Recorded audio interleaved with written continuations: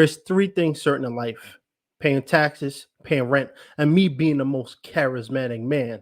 Welcome to the most overrated, underappreciated, most viewed, unviewed podcast of all time. Welcome to the Prince of Fresh Air. I'm, of course, your host, the beloved, the most electrifying man in entertainment. Beat that, Dwayne "The Rock" Johnson. I'm just kidding. But, thank you for another episode. We are back. I'm doing this solo this week, but next episode I have a special guest. Can't wait for that. It's going to be a very interesting conversation with this amazing woman, very talented. But before I get into the episode, someone stopped me earlier today and they said, "Hey, Percy, who is your favorite athlete of all time?" And I got to thinking, and they love this answer. And I said, my favorite athlete of all time, if you didn't know, is myself. Now, what do I mean by that? Well, let me break it down to you. If I was to face LeBron James in basketball, I would cross his ankles. If I was to, do a 3-point contest with Steph Curry, I would beat him without even shooting a ball. If I was to go up against Cristiano Ronaldo in soccer, he'd tap out before I even scored a goal. If I was to face Michael Phelps in a race, well, he'd just give me his championship medals and call me Aquaman. If I was to step in the ring with Mike Tyson, I will knock him out before he even steps in the ring. If I was to go against Simone Biles, I'll flip her and take her medals. I'm just that good. If I was to, go against John Jones, I would submit him before he even looks at me. I'm just that good. I'm the most charismatic man. If Tiger Woods went up against me, well, that goes without saying. I still win, and I even have to play. I'm just kidding. I'm just trolling. John Jones, I'm just playing. But, on a serious note, I'm the biggest troll in the world. That's what I do. But on a serious note, I do want to give a quick shout out and condolences to Florida. Hurricane Milton, as the time of this recording, has hit Florida. And, a lot of people are suffering tragedies. Many people lost their lives, lost their homes, lost their livelihood. And it's such a heartbreaking thing. And I just hope that people are able to, recover through this hardship. And our government does their best to kind of help all of these people, North Carolina, Florida, all of those states that have been hit and affected by hurricanes over the last month, that people are able to bounce back. And especially with inflation, it is horrible right now. I mean, the fact that a bag of cereal costs us $8 is egregious. My thoughts and prayers go out to Florida and all those affected other states. And I wish them well in recovering and bouncing back from such a horrible crisis. Now, one thing I want to say before I even get into this episode is I'm going to call out somebody, and it's not Dwayne "The Rock" Johnson. I think I call him out enough. I got to call out these airlines for price gouging and taking advantage of the situation because, as we all know, a lot of people are being affected in these type of situations with the hurricane, and the airlines thought for some reason, hey, why not make as much money as possible? So, airline tickets from Florida to wherever people are trying to leave and go to, they went from an average of $200, $300 to $1,500. Egregious. So, I'm glad that, politicians called them out on it and stopped them from, taking advantage of vulnerable people at such a horrible time. It is such a shame. But let's get back to the entertainment. Let's get back to the quality. I don't want to make this too somber, but I just had to get that off because I do hope that people who go through situations like that, even though I've never personally been affected ever in that type of situation, I hope they're able to bounce back and recover from such a tremendous situation. I want to talk about something that's been prevalent in sports lately. And there's two parts of this. There's judging and there's also the refs. I want to talk about the refs first because this is something that just happened recently at UFC 307. So there's a ref who got criticized by everybody, fighters, UFC personnel, media members. They got crucified. And you might be wondering, what am I talking about? So this ref, Dave Seljestad, I probably botched his name. He was refereeing a fight between Cesar Almeida and Ihor Potieria. And he was criticized because the man has just completely dissociated himself in that fight. Now, when you're a ref in any sport, basketball, soccer, UFC, boxing, tennis, the Olympics, your job is to protect and withhold and keep the standard of play even and make sure everything goes smoothly and accordingly. This ref just kind of was just like, I'm at the beach. His vibe was, I'm just here to get a paycheck and that's it. Ihor Poteria unfortunately suffered some egregious fouls. And this is no slight in Caesar. Obviously, when you're fighting or doing your sport, sometimes fouls happen. So he suffers two eye pokes in the span of 10 seconds. The ref barely stopped those. He didn't even acknowledge it. And the only time he actually acknowledged it was when Ihor turned away and Caesar let him take a break. Because most athletes, when in that type of situation, they're going to go for you. You're not defending yourself. What they always say in boxing, defend yourself at all times, protect yourself at all times. He didn't at that situation because he got eye poked. And this ref just didn't give him any time to recover. Normally, in those situations, if you're not familiar, at least in the combat sports space, is when there's a foul like that, you get 5 minutes to kind of, address the situation, take a break, make sure that you recover nicely. This ref didn't do none of that. It was like it was the first time for him back to school. Like he's never done this before. A professional ref at the highest organization in MMA, and you're acting like that? Egregious, egregious. And then so after two eye pokes, then Ihor unfortunately takes another foul. He takes a nut shot. Again, the ref didn't do anything, no point deduction, no warning, no nothing. And fortunately, Dana White, the president of UFC, took matters into his own hands and was like, "This is the last fight he's reffing tonight," and they pulled him from the rest of the card. And I'm sure he's getting a stern talking to by the commission. Now, I mention this because in other sports, when this happened, NBA, NFL, NHL, when refs make such egregious and bad calls, they take swift action.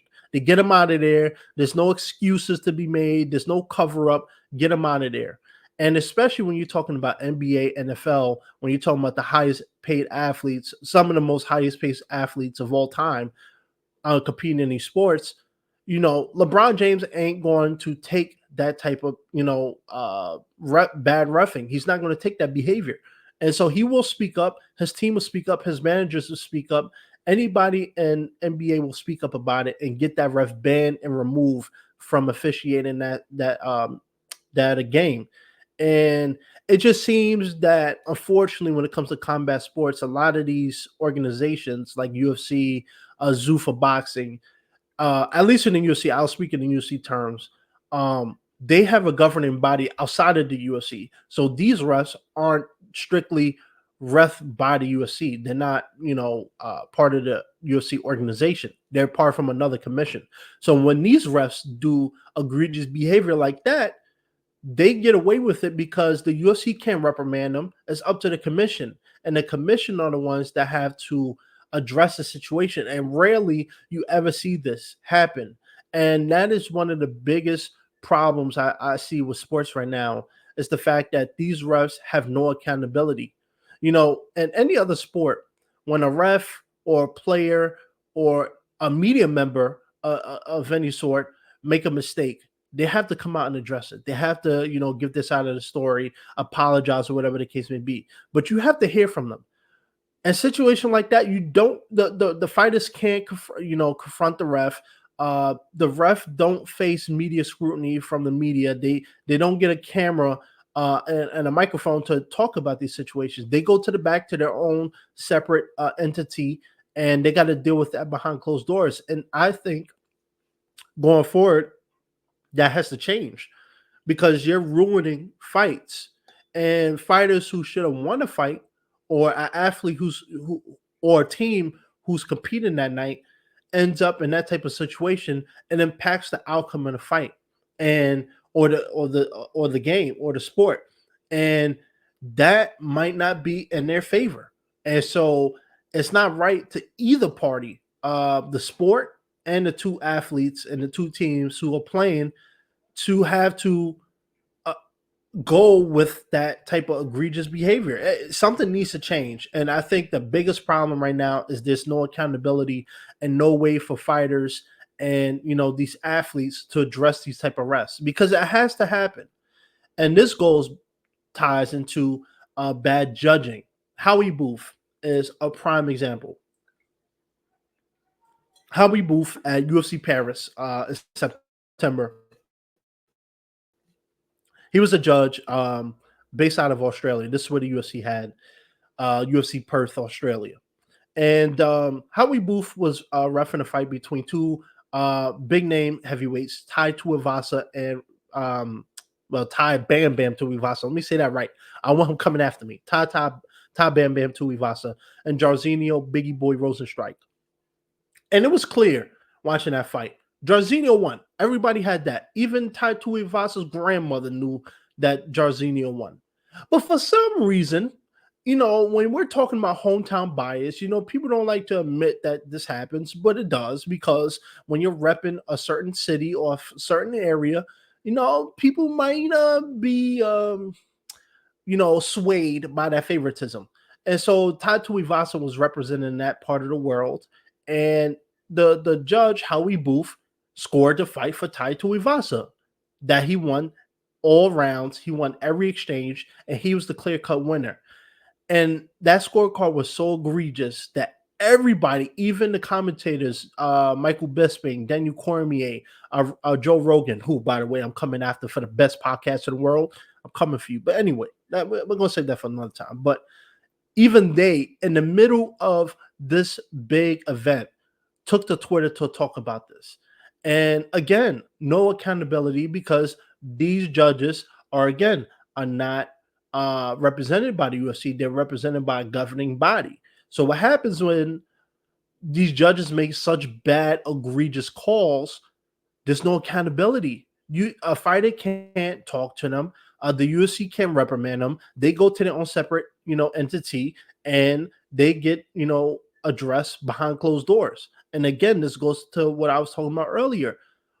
Refs and judges, when they make bad calls, they need to be called out. In certain sports like NBA, NFL, they do take that initiative to get these refs to talk about these bad judgment calls. And look, it's human nature. Every human is going to make a mistake. I understand. I don't care how long of a professional you've been in a sport, whether you're a ref or athlete. We all make mistakes. That's not saying that mistakes can't happen.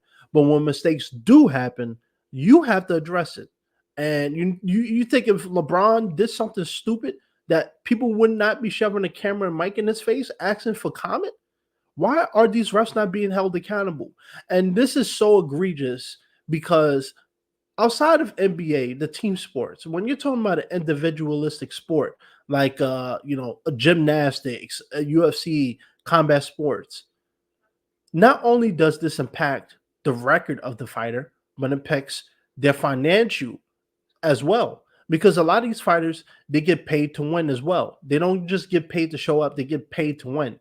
So if a fighter, let's say he's guaranteed 75,000 to show up, 75,000 extra if he wins, 150 grand total. If a fighter goes out there and he gets robbed by a ref, or a ref is not calling out fouls that this athlete has been taking, instead of winning his full purse, 150,000, he's only going to get 75,000. And that's not right because a lot of these athletes, they put their bodies, their health, their mental health, their physical health on the line for us, for our entertainment. And there needs to be accountability because it's not right that athletes are losing money, losing, getting losses on their record, and even long-term health. How many times we've seen in the NBA athletes throwing elbows back in the day? Now, this is a little bit before my time, but back then when Shaq and, all the big heavy hitters were playing back then, it was very physical. How many times did we see a Kobe get an elbow to the nose or another basketball player, get egregious fouls? And, these type of fouls can impact someone's health going forward. So if you get eye poked in the middle of a fight and the ref don't stop it, this happened actually. I'll bring this up. This happened recently with Justin Gaethje, and He was Mike Beltran. Everybody knows Mike Beltran with the big beard, long braided beard. Amazing ref. This is no slight against him. But when Justin Gaethje fought um, Michael Chandler poked Justin Gaethje in the eye in the end of round 2, and Mike Beltran didn't catch it. And Justin Gaethje turns around because I got poked in the eye. I can't see. And Michael Chandler goes punch him in the face with a right hook. Now, luckily, Justin Gaethje was able to withstand that. But what if Michael Chandler knocked him out? Mike Beltran would have waved the fight off.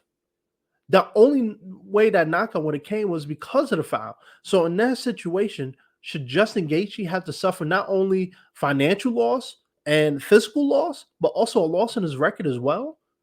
And again, one of the problems with this is that when these refs and judges make their ruling, you can't go against them. You can't file an appeal. And every time we've seen this in combat sports, it never works in the athlete's favor, unfortunately. And the only way I usually see this is if the ref or the judge makes such an egregious mistake that it has to be addressed. When there's no room to wiggle, that's when you see those type of judges get reprimanded and maybe decisions overturned.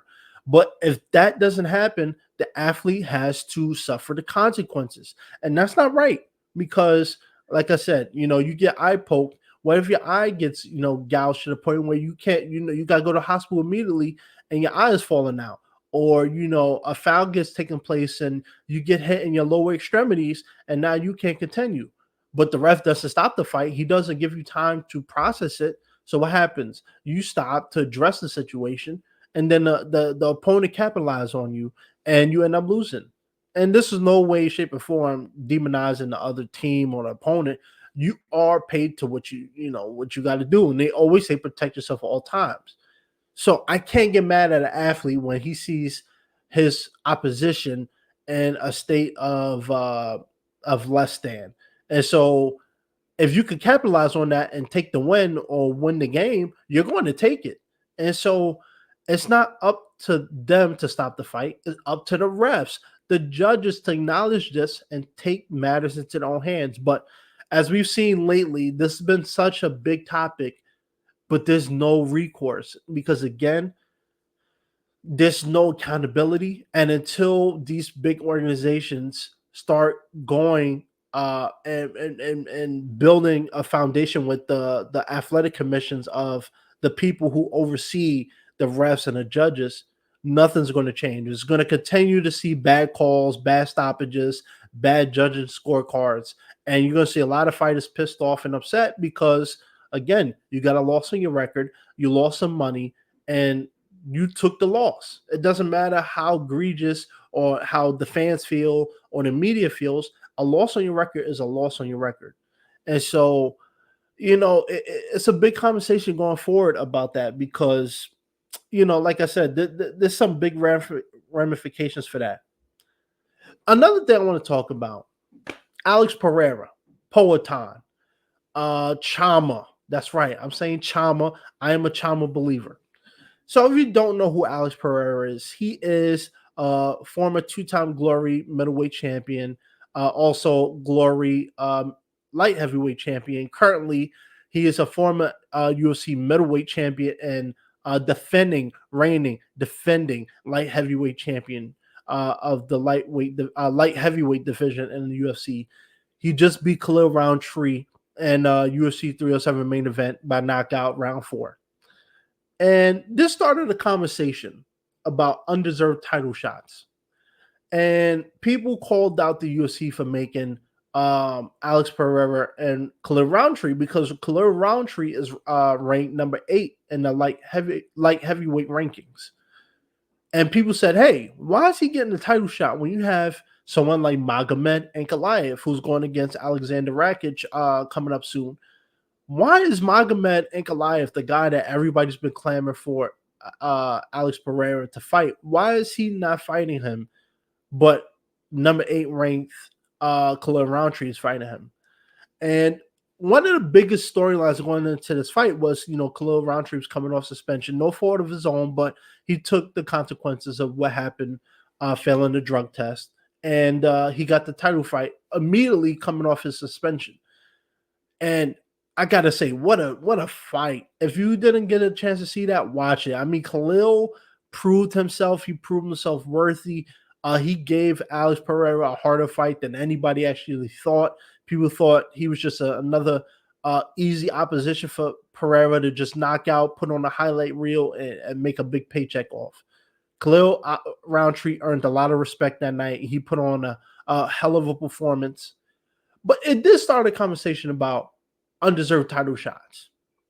And one of the prime examples of that is Colby Covington getting a title shot against Leon Edwards of December of 2023. And I always tell people, this is sports entertainment. I don't care how much people look at these sports as a sport, it's still entertainment. And someone like Bilal Muhammad, who is right now the actual champion of the UFC welterweight division, at the time, he was the guy that everybody thought was up next for a title shot. But people didn't like Bilal because he wasn't the most charismatic personality. That goes to me, of course. And he wasn't a setting the world on fire in terms of media. So Colby Covington got the nod. And I always tell people, Colby Covington got it because UFC is a business first. It's a business first. Now, they are in the business of giving us the matchups that truly need to happen, but it's still a business. So Colby Covington got the fight because the UFC knew he would help bring in money. He's very outspoken. He's a big personality. He knows how to use the media to promote a fight, and he knows how to, bring awareness to a fight. When you have someone like Leon Edwards, all due respect to him, who rarely does media and rarely goes out his way to, be brash or entertain a personality, sometimes you need someone like a Colby to step in because not only is it going to be a competitive competition, but it's going to get people hyped for a fight. And that's one of the biggest problems I see with combat sports lately is that there's no hype around certain fights unless you're talking about the Conor McGregors, the John Jones, the Alex Pereiras, the Deontay Wilders to a certain extent now, Tyson Fury. You don't see those real Floyd Mayweather. How can I forget that? And he's not even an active fighter. He still gets more attention than most. And we're seeing people like Jake Paul go out his way and promote his fights. And that is one of the biggest things I've seen. And I think people need to realize that these is entertainment. This is entertainment. I'm an actor. What I do is entertainment. And you may think LeBron James is an athlete, but he's still an entertainment. You watch sports for entertainment. So Khalil Roundtree got the title fight because the UFC knew that him and Pereira were going to give a banger fight, and it lived up to the expectation. I would say if it wasn't for that fight, UFC 307 probably would have been one of the worst pay-per-views in recent history because of how a lot of the fights went. That fight saved that card. That fight was worth staying up to almost 2 a.m. for Eastern time. And going forward, people need to just realize that this is entertainment. And this actually goes into a narrative I see a lot of fans talk about. Oh, for an example, on that card, Mario Batista went against the legend Jose Aldo. And people got mad at Mario Batista for his game plan because he obviously knew that, he was getting tagged on the feet by Jose Aldo. And he said, I'm going to start pushing him against the cage and using that technique. And people booed him out the arena. And people have also criticized Alex Pereira for not fighting a wrestler. So we're in this weird shift now where fans want stand-up fights. They want fighters to be a Justin Gaethje, a Dustin Poirier, Alex Pereira, stand up, swing and bang like they're Derek Lewis in the middle of the octagon, Max Holloway, who's amazing talent. But people want those type of fights. They want to see those swing and bang. And if you wrestle, you suck, you're boring, you don't deserve any opportunities. You need to be cut. You need to be sent back to the prelims. All this nonsense. And I always say, this is a sport. I've gotten arguments with people about that. Nobody can out-troll the troll. Nobody. All right? And I've gotten arguments on Twitter, X, formerly Twitter. Let me say that right. Shout out to Elon Musk. Um, about this because people criticize wrestlers, but again, this is MMA, mixed martial arts. This is not kickboxing. This is not a jujitsu match. This is not the Olympic Games. This is MMA. So when somebody who knows that their specialty is ground moves, wrestling, jujitsu, don't be surprised if they use it to win a fight. Because what fans fail to realize when it comes to people who only when they criticize fighters for not standing up and training in the middle of octagon, you're not fighting just for entertainment. You're fighting to advance your career. Now, someone like Max Holloway, he will go technical in most of his fights until maybe like the last round on the last few minutes of the fight. And then he will open up. Let's stand in this middle. Let's handle this like men. He will do that. And most of the time he wins. But not every athlete is going to do that because they're trying to preserve their record. They're trying to make their way to the top 10, top five, fight for the title. Max Holloway is a former title holder, one of the most highly respected fighters of all time. He has a little more leeway with that because his career is already made. So for someone who's coming up, they are looking at that and saying, is it worth the risk? Probably not. I want to fight for a title. As for someone like Justin Gaethje, who is my favorite outside of John Jones, my favorite athlete of all time. It's not myself. Actually, spoiler alert. I gotta give it to John Jones and Justin Gaethje. Justin Gaethje, in my opinion, I blame him for this, and not in a. This is obviously in a fun way, but I blame him for this because he has spoiled the fans. And fans, Justin Gaethje, just a little background, is a former wrestler, and he competed in college in wrestling, and he did pretty well. But once he's turned into MMA, he doesn't really use his wrestling. He does a lot of leg kicks and punching, and he only really uses wrestling for defense. But every time he goes in the octagon, he's going to stand in the middle and trade with you. And Justin Gaethje is another one who's been very successful at that. And fans have fallen in love with that. And it's because for me, I feel like social media has ruined people's attention span. They don't want to see an athlete grind out another athlete on the ground with wrestling, pushing them up against the cage, trying to take them down, using techniques that way. We have been spoiled with the knockout, the highlight knockout reels on Instagram, YouTube, Twitter, Facebook. You go on any of these ESPN, MMA, UFC, they don't post the full fight. They post the highlights. And most of the time, the highlights are someone getting knocked out, submitted. And people want to see that real time. But do you think you're going to go into the NBA and not see LeBron James push his way down in the paint, get a little down and gritty, and make a 2-point shot? Of course he will. It's the same thing as people saying, "Oh, I don't want you going in the paint. I just want you to shoot free throws, pull a Stephen Curry." And I think Stephen Curry, to an extent, has changed the game in NBA as well because now you see everybody. You see someone like Shaq shooting three pointers now, that's not their thing. But because the industry has changed and fans demand something different, now you're seeing these centers and power forwards shooting 3-pointers. And it could be a great thing for the sport. I'm not saying it's not a bad thing, but again, we're talking about basketball. Basketball isn't just 3-pointers. It's not just, shooting free throws. It's about the whole game, the fadeaways, the step backs, all that stuff. So I want fans to relax a little bit. When you watch a sport, you have to be a fan of the sport. Now, can some exchanges be boring? Absolutely. But you know what? That's their job. That's their game plan. That's how they get their job done. Not everybody's going to be a Justin Gaethje or Habib Nurmagomedov or John Jones or Cain Velasquez, damaging people any opportunity they can. Some people aren't as technical like that, or they may not. That's not their game plan, or they don't have that type of ruthless aggression in their fight style. So, I think fans need to pipe down on that. We got to respect the athletes.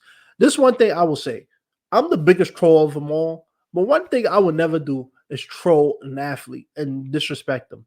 Now, I will call out Steph Curry for a 3-point contest because Steph Curry, I just think I'm better than you.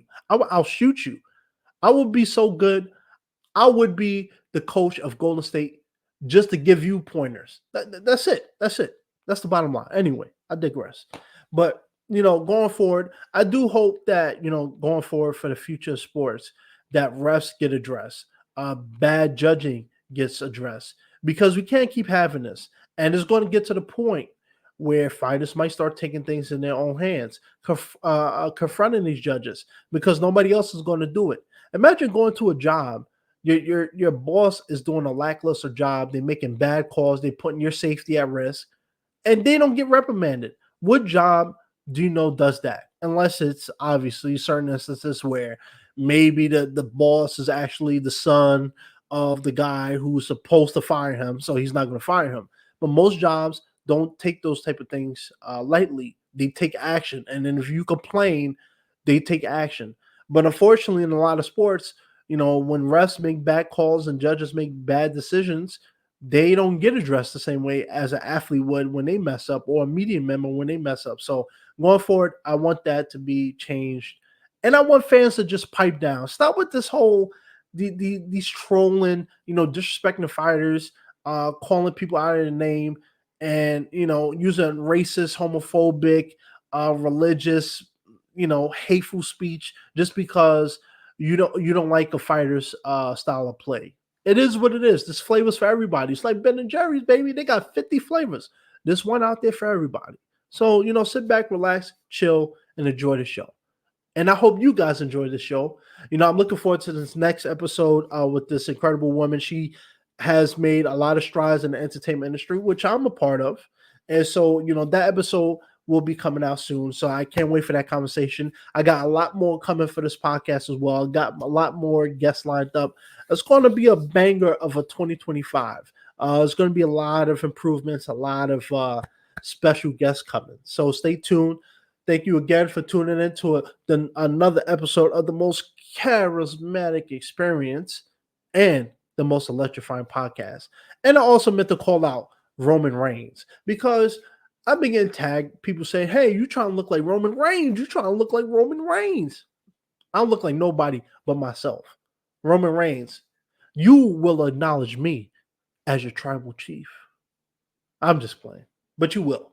You will. Thank you guys for tuning into another episode. I won't keep you too long. I know everybody's trying to go home or do whatever they got to do. So thank you again for tuning in. Rate the podcast, leave your comments, go subscribe to the YouTube channel. We're going to be putting all the full episodes on there as well now. Subscribe to YouTube Music. That's another way you can listen to the podcast as well. Stay safe, stay vigilant. And like I always say, a helping hand is a better hand. Peace.